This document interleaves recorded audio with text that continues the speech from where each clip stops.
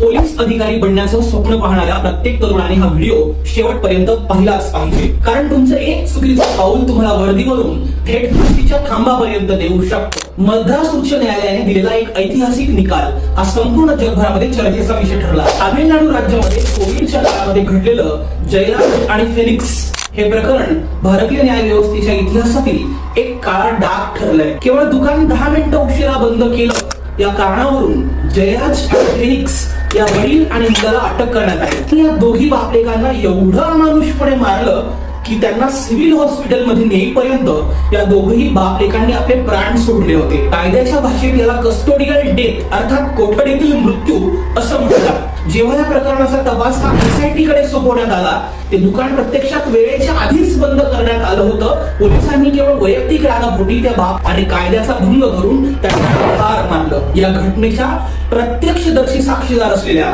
Police constable Revati यांनी निर्भीडपणे आपल्या सहकारी पोलीस अधिकाऱ्यांच्या विरोधामध्ये कोर्टात साक्ष दिली. 9 पोलिसांना फाशीची शिक्षा सुनावली गेली आणि प्रत्येकावर 1-1 कोटी रुपयांचा दंड देखील ठोठावला गेला. हा निकाल पोलीस प्रशासनासाठी एक मोठी चौराक आहे. मित्रांनो, उद्या तुम्ही PSI, DYSP किंवा IPS व्हाल तेव्हा एक गोष्ट कायम लक्षात ठेवा, वर्दी ही नागरिकांच्या संरक्षणासाठी आहे, मास्क दाखवण्यासाठी नाही. वर्दीचा खरा धर्म काय असतो हे त्यांनी दाखवून दिलं. रेवती यांना मनपूर्वक सलाम.